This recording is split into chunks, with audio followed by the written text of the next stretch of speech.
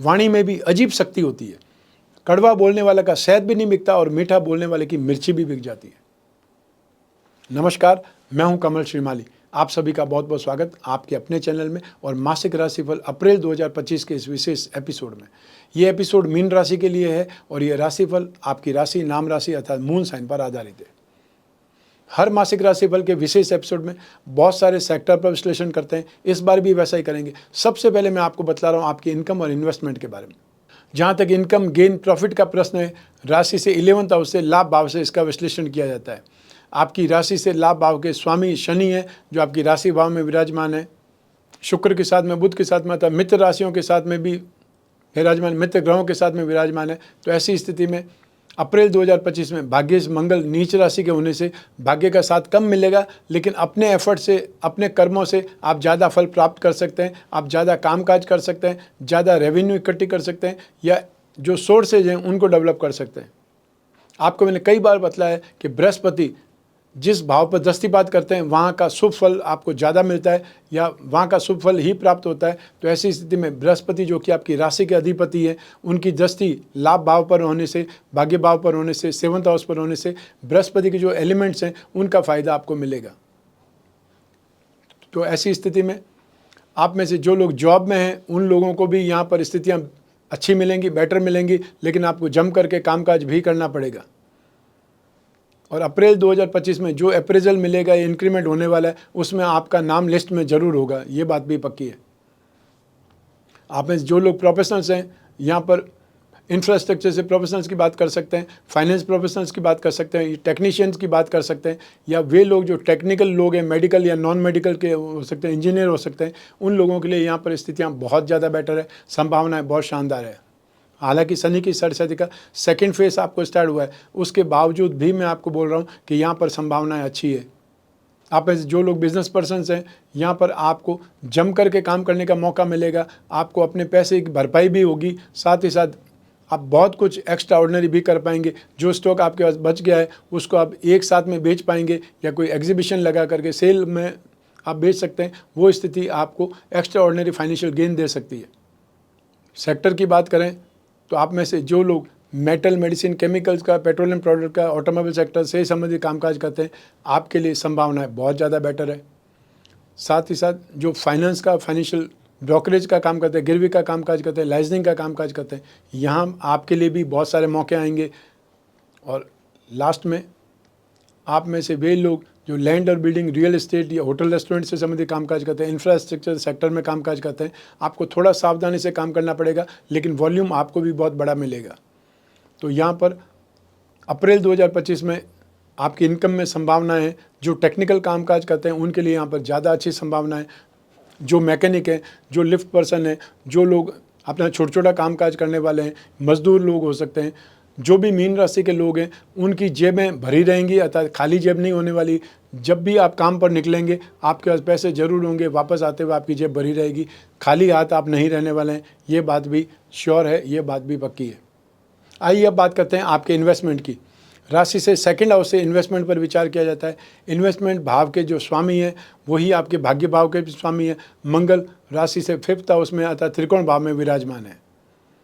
आपकी राशि के अधिपति जो बृहस्पति हैं वो पराक्रम भाव में विराजमान है। तो ऐसी स्थिति में शुक्र जब उच्च राशि के हैं, अर्थात जिस भाव में बृहस्पति हैं, भाव से भावेश ज़्यादा बलवान होता है। अगर वो सिद्धांत यहाँ पर काम में लेते हैं तो स्ट्रेंथ आपकी बड़ी रहेगी। फाइनेंशियली स्ट्रेंथ, अर्थात जो इन्वेस्टमेंट में जो गेन के मौके हैं वो ज़बरदस्त आपके डेवलप होंगे।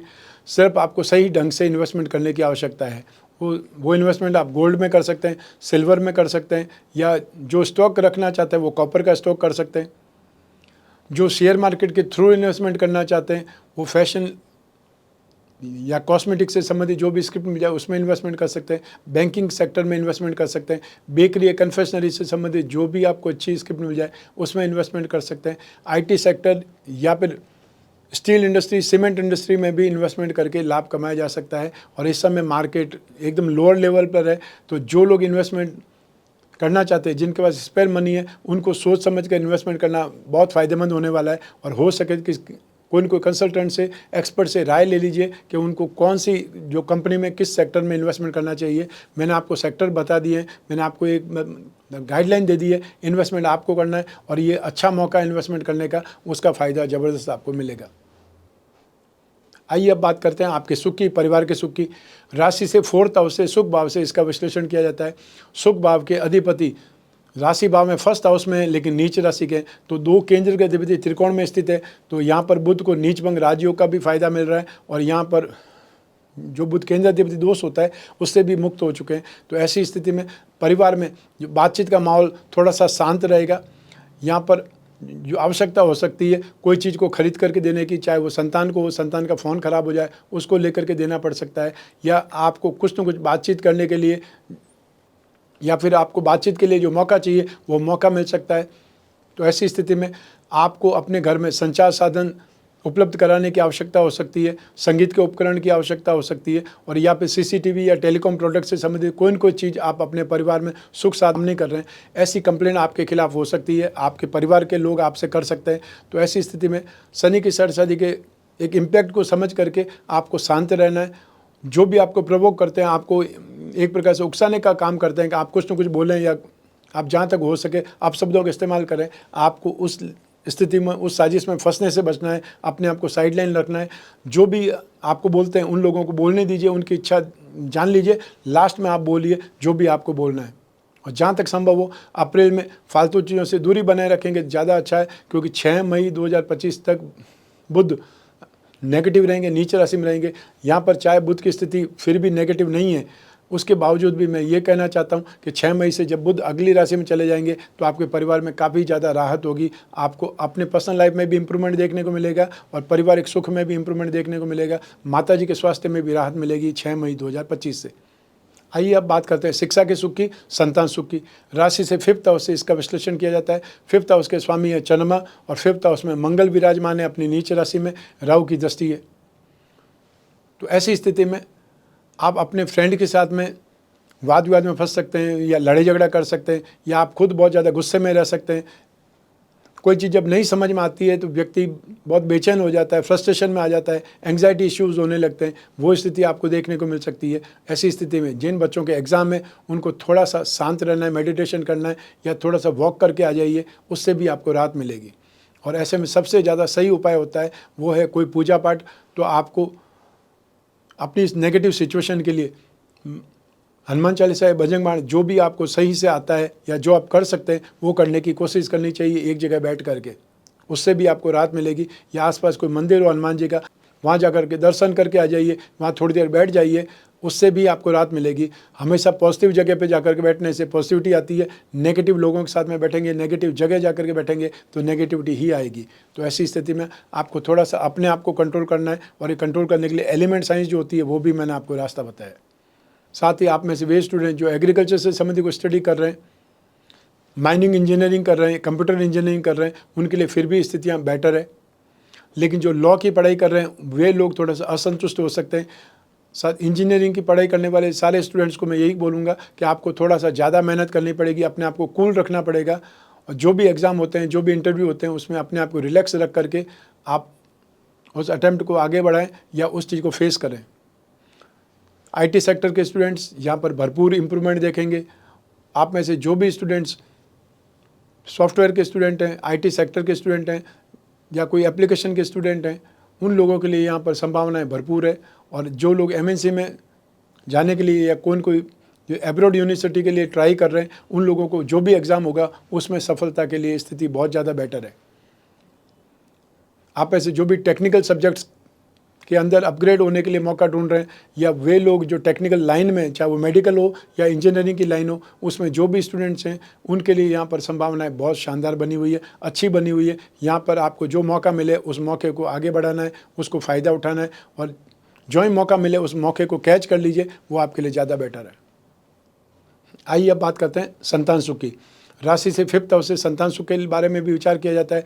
यही ग्रहों की दृष्टियाँ, यही ग्रहों की स्थिति संतान सुख के बारे में भी काम करेगी।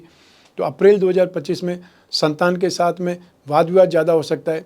संतान अपना गुस्सा या अपनी जिद बता सकती है, मनमानी करने पर उतारू हो सकती है, और बाहर जा कर के घर के बाहर लड़ाई झगड़ा करके वापस घर में आने पर आपको उसकी भरपाई करनी पड़ सकती है, हर्जाना भरना पड़ सकता है, या किसी को चोट लग गई है तो उसको हॉस्पिटल ले जाना पड़ सकता है। तो ऐसी स्थिति में घर का वातावरण भी खराब होगा और साथ ही साथ संतान के साथ में भी रिश्ते नेगेटिव हो सकते हैं, रिश्ते बोझिल हो सकते हैं, या डिफरेंसेस ऑफ ओपिनियन यहाँ पर नज़र आ सकती है।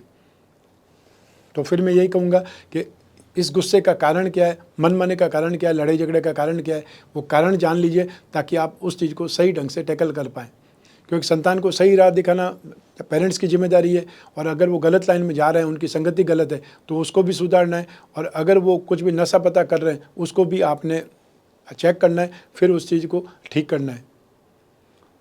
आज की तारीख में हम अच्छाई को या अपने आप को बहुत अच्छे पेरेंट्स बताने के चक्कर में बच्चों को फ़ोन दे देते हैं, स्मार्टफोन दे देते हैं, और फिर उसका गलत फ़ायदा जब उठाया जाता है तो हम ही लोग शर्मिंदा भी होते हैं, और हम ही लोग उन संतान को भला बुरा बोलते हैं। उससे भी नुकसान ही हो सकता है, या उससे नुकसान दो बार हो सकता है। एक तो आपने उसको फ़ोन खरीद के दिया, उसमें नुकसान, और एक उसके जो टाइम ख़राब हो रहा है उसका भी नुकसान। तो यहाँ पर संतान के साथ में 6 जून तक स्थितियाँ नेगेटिव रहने वाली है। आपको उनको ध्यान भी रखना है, वॉच भी करना है, और उनको संभालना भी है। और आपकी जो संतान विवाह योग्य है उनके बारे में जो भी बातचीत आपने की है, कहीं पर भी उसका रेस्पॉन्स नहीं आएगा अभी। जिन लोगों की संतान थोड़ी सी मैच्योर्ड एज में है, वहाँ से भी आपको हो सकता है कोई कंप्लेंट सुनने को मिले, या वो हो सकता है आपसे सहायता मांगे, फाइनेंशियल नीड उनकी हो सकती है, या उनको कोई सपोर्ट मिलना हो सकता है, या आपको उनके काम के लिए कुछ न कुछ एफर्ट ज़्यादा करने की कोशिश करनी पड़ सकती है। आइए अब बात करें आपके स्वास्थ्य की, आपके शत्रुओं की, विरोधियों की।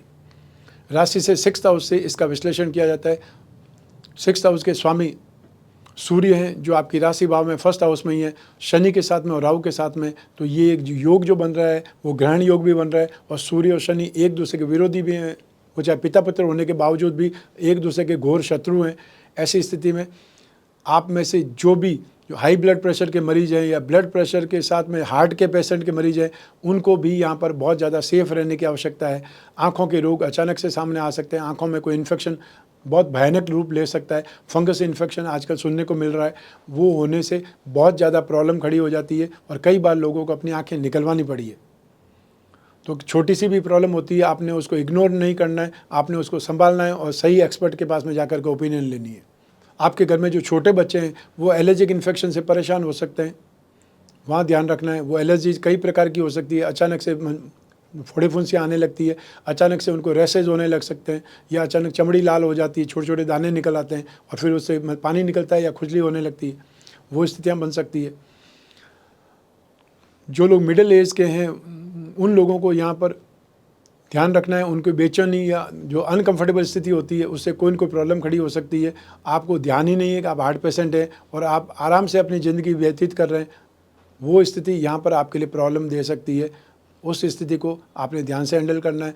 या कोई भी वजनदार चीज़ उठाते हैं, आपको नहीं मालूम है कि आपकी कैपेसिटी कितनी है। आप कोई ज़माने में बहुत वज़न उठाते थे, अब आपकी स्थिति वैसी नहीं है, इसे थोड़ा सोच समझ करके ही आगे बढ़ना चाहिए।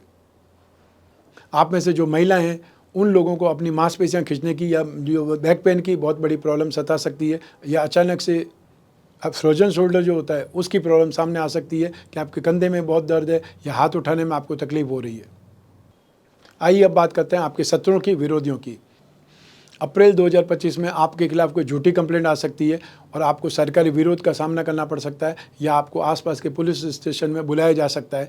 तो आपको निसंकोच होकर के जाना है, जो आपने नहीं किया उसके लिए स्टैंड लेना है, अर्थात अपनी सारी स्थितियां एकदम स्पष्ट तौर पर बतानी। ऐसा हो सकता है, हर किसी के साथ में ऐसा होगा ये ज़रूरी नहीं है, लेकिन सरकारी विरोध, सरकारी परेशानियों का सामना करना पड़ सकता है। वो सरकारी विरोध या सरकारी परेशानी कोई भी रूप में हो सकती है। हो सकता है आपको कोई चालान भरना पड़े, हो सकता है आपका कोई टैक्स बाकी हो, उसमें वो स्थिति बन सकती है। कोई कंप्लेंट हो सकती है आपके खिलाफ, या फिर पुराने कोई मामले होते हैं वो सामने आ सकते हैं। तो वो सिचुएशन से आपको मेंटली प्रिपेयर रहना है और सिर्फ 14 अप्रैल निकलने दीजिए, उसके बाद स्थितियाँ आपके पक्ष में है, क्योंकि फिर सूर्य उच्च राशि को जाएंगे तो जो चीज़ उठी है वो भी शांत हो जानी है। आइए अब बात करें आपके गृहस्थ सुख की, दाम्पत्य सुख की। राशि से सप्तम भाव से इसका विश्लेषण किया जाता है। सप्तम भाव के अधिपति बुध हैं, जो लग्न भाव अर्थात 1st हाउस में विराजमान है शुक्र के साथ में। शुक्र यहाँ पर उच्च राशि के, बुध यहाँ पर नीच राशि के। इस सिचुएशन को नीच भंग राजयोग कहा जाता है। और दोनों ही ग्रहों की दृष्टियाँ सप्तम भाव पर है। और जब भी शुक्र और राहु की युति होती है उसे कामांध योग कहा जाता है, वो भी यहाँ पर बन रहा है। तो ऐसी स्थिति में यहाँ पर आप डोमिनेटिंग हो सकते हैं। सूर्य फर्स्ट हाउस में, इसलिए आप हाइपर होने की कोशिश करेंगे या दबाव डालने की कोशिश करेंगे, कोई भी बात को लेकर के हावी होने का प्रयास करेंगे, वो स्थिति बन सकती है। आर्ग्यूमेंट की पोजीशन बन सकती है, लेकिन फिर भी सुख भरपूर मिलेगा। जो इमोशंस है वो फुलफिल होंगे, स्वार्थ पूर्ति होगी, आउटिंग के प्रोग्राम बन सकते हैं, बाहर जाने का प्रोग्राम बन सकता है, लेकिन फिर भी यहाँ पर दिमाग का इस्तेमाल भी हो सकता है। शॉपिंग होगी, पैसे खर्च करेंगे आप जीवन साथी पर बाहर घूमने के लिए या उनको कुछ दिलवाने के लिए, लेकिन राहु की दृष्टि 7th हाउस पर है। ऐसी स्थिति में जो कुछ वहम वाली स्थिति होती है, गलतफहमियाँ की स्थिति होती है, वो ज़रूर आपको दिखाई दे सकती है कोई भी मद में, या जानबूझ करके आपको परेशान करने के लिए भी कोई न कोई ऐसी चीज़ भेज सकते हैं या कोई ऐसी चीज़ आपके घर में आ सकती है। लेकिन सब मिलाकर के दाम्पत्य सुख में स्थितियाँ यहाँ पॉजिटिव है। जिन लोगों की शादी की बात यहाँ चल रही है वो थोड़ा सोच समझ करके फैसला करें, और यदि फैसले को थोड़े दिन के लिए टाल सकते हैं तो ज़्यादा बेटर है। जिन लोगों ने नई शादी हुई है उन्हें बाहर घूमने का अवसर मिलेगा, उन्हें बहुत सारे मौके मिलेंगे या एक दूसरे को खुश करने का, अपने आप को प्रूव करने का, और साथ साथ में शॉपिंग कराने का। ये स्थितियाँ अर्थात जो दाम्पत्य सुख है, गृहस्थ सुख है, वैवाहिक सुख में स्थितियाँ आपके लिए बहुत पॉजिटिव है। राहु की फर्स्ट हाउस में स्थिति आपको बाहर ले जा सकती है, और बहुत सारे लोग जो सामर्थ्यवान है वो विदेश जा कर के घूम सकते हैं, विदेश घूमने का प्लान भी बना सकते हैं। आइए अब बात करें उन लोगों की जिनके जीवन में कोई न कोई गहरी फ्रेंडशिप चल रही है, या वे लोग जो कोई न कोई प्रेम प्रसंगों में या कोई न कोई रिलेशनशिप में, उसके लिए राशि से 5th हाउस से विश्लेषण किया जाता है। शुक्र और 7th हाउस की इंपॉर्टेंस भी रहती है। तो ऐसी स्थिति में अप्रैल 2025 में आपके खिलाफ कंप्लेंट ज़्यादा होगी, मनमुटाव बोल सकते हैं, नाराज़गी बोल सकते हैं। आप कितना भी कर लें उसके बावजूद भी उनको कम ही लगेगा। तो ऐसी स्थिति में बहसबाजी बढ़ सकती है। ऐसी स्थिति जो रिश्ता है उसमें डिस्टेंस आ सकता है, डिफरेंस है जो ओपिनियन बढ़ सकती है, बहसबाजी बढ़ सकती है। सब मिला करके यहाँ पर नेगेटिव इम्पैक्ट आपको ज़्यादा नज़र आएगा। ऐसी स्थिति में एक्सपेंसेस भी होंगे, लेकिन सब मिला करके जो आपको बातचीत चाहिए, जो आपको उत्साहमय वातावरण चाहिए, जो आपको नज़दीकियाँ चाहिए, सपोर्ट चाहिए या विश्वास चाहिए, भरोसा चाहिए, वो शायद नहीं मिल पाएगा। तो ऐसी स्थिति में आपको सावधान भी रहना है, अपने ऊपर भी कंट्रोल करना है, और सबसे बड़ा आपको जो एक्सपेंसेज है उस पर कंट्रोल करना है। आप किसी को मनाने के लिए कितना भी पैसा खर्च कीजिए, लेकिन कोई ज़रूरी नहीं है कि उसका आपके एक्सपेंसेज से मूड ठीक हो जाएगा। तो यहाँ पर थोड़ा प्रैक्टिकल अप्रोच अपनाने की आपको राय देना चाहता हूँ। थोड़ा सावधान भी रहिए, और बहसबाजी ज़्यादा हो रही है तो फिर वहाँ से उठ करके चले जाइए या फ़ोन बंद कर दीजिए, ज़्यादा बेटर रहेगा। आइए अब बात करें हाउसवाइफ्स की अर्थात गृहिणियों की। अप्रैल 2025 उलझन वाला रहेगा, कुछ कमियों के साथ में जीवन चलेगा, अर्थात आपको थोड़ा सा शांत रहना पड़ेगा, समझौतावादी बनना पड़ेगा। जो मिल जाए वो अच्छी चीज़ है, जो ना मिले उसके पीछे आपको असंतोष नहीं जाहिर करना है, घर का माहौल नहीं बिगाड़ना है। क्योंकि यहाँ पर स्थितियाँ सूर्य और राहु जब एक साथ में है तो आर्ग्यूमेंट ज़्यादा होंगे, या आपको अपने अधिकारों के लिए फ़ाइट करनी पड़ सकती है, और फाइट करने से कोई चीज़ मिल जाए ये ज़रूरी नहीं है। तो आपने अपने सुख चैन को खोना नहीं है, इसलिए शांत भाव से जो चल रहा है उसे चलने दें। आपसे पूछा जाए तो आप तो उस बात का जवाब दें, नहीं तो आर्ग्यूमेंट करने से अच्छा है कि आप अपने रिलैक्स हो जाएं, या फिर आपको जो पसंद है वो टीवी चैनल देखें, जो पसंद है वो आप मतलब सोच देखिए, या कोई पढ़ना है तो आप पढ़ सकते हैं, और पढ़ने की आदत हमेशा बहुत अच्छी मानी जाती है। आइए अब बात करते हैं आपके जॉब, प्रोफेशन, कैरियर या बिजनेस की।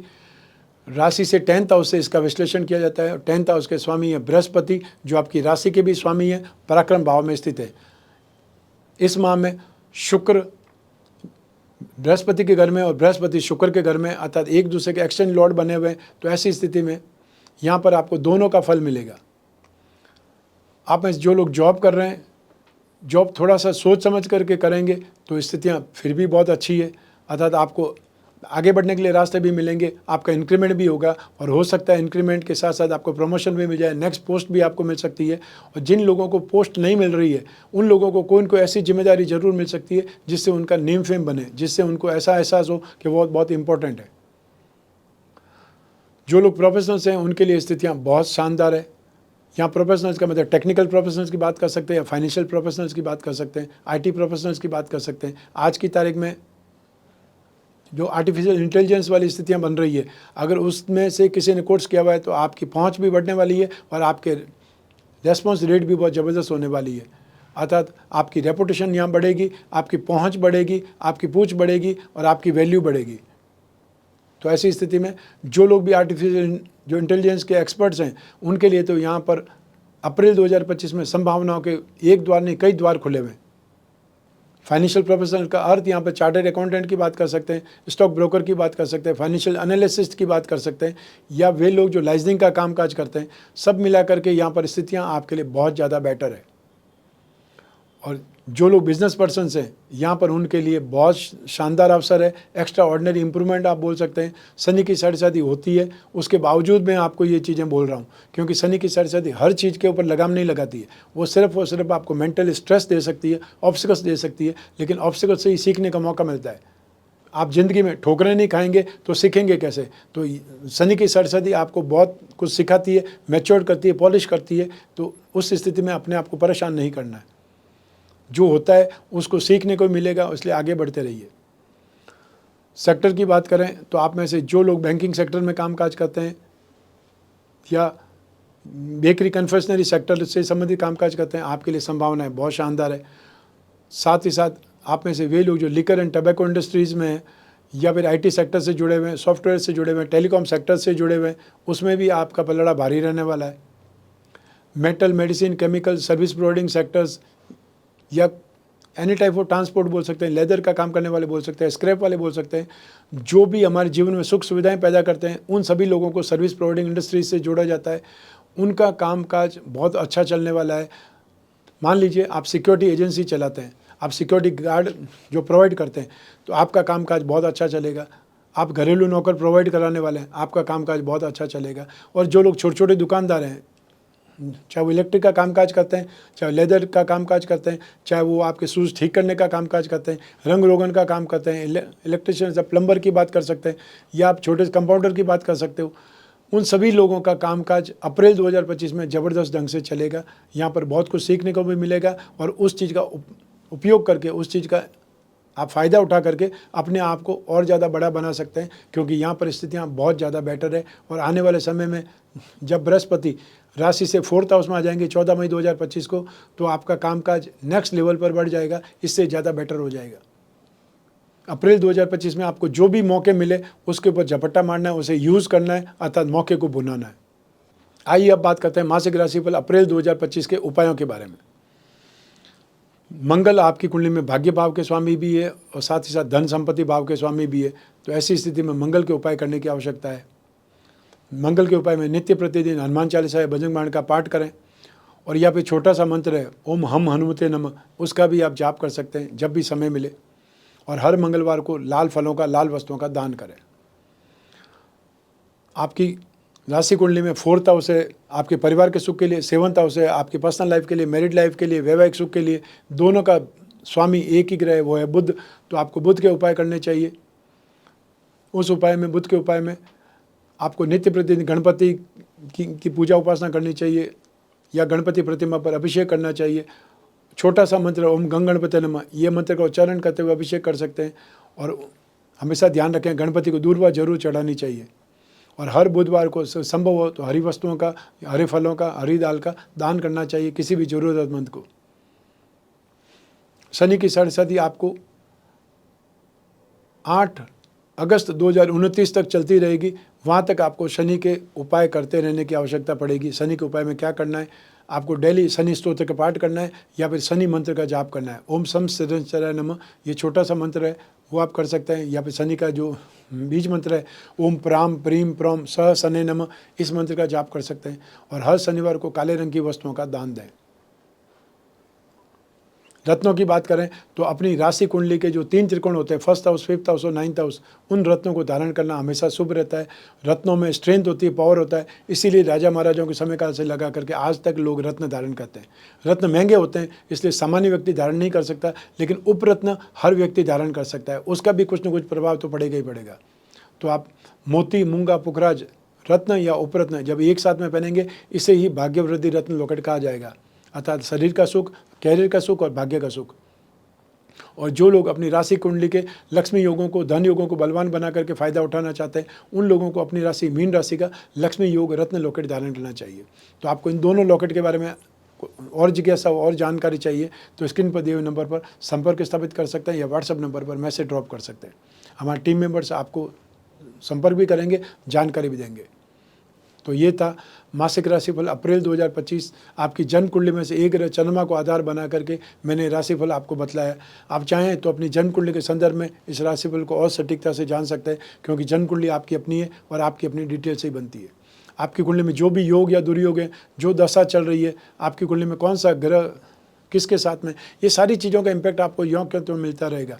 लेकिन इस गोचर फल का उसमें कुछ इम्पैक्ट और या तो उसको बढ़ाएगा या उसमें कमी करेगा, ये जन्म कुंडली विश्लेषण से ध्यान पड़ेगा। तो ऐसी स्थिति में जब जीवन में समस्याएं ज़्यादा हो, भविष्य में झांकना हो, कोई बहुत बड़ा डिसीजन लेना हो, तो अपनी जन्म कुंडली का विश्लेषण कराना चाहिए। समय समय पर कराना चाहिए, 1 वर्ष में 1 बार जरूर कराना चाहिए, जिससे आने वाला समय अगर अच्छा है तो आप उत्साह के साथ में काम करें, डेयरिंग के साथ में काम करें, ज़्यादा काम करें, फ़ायदा ज़्यादा होगा।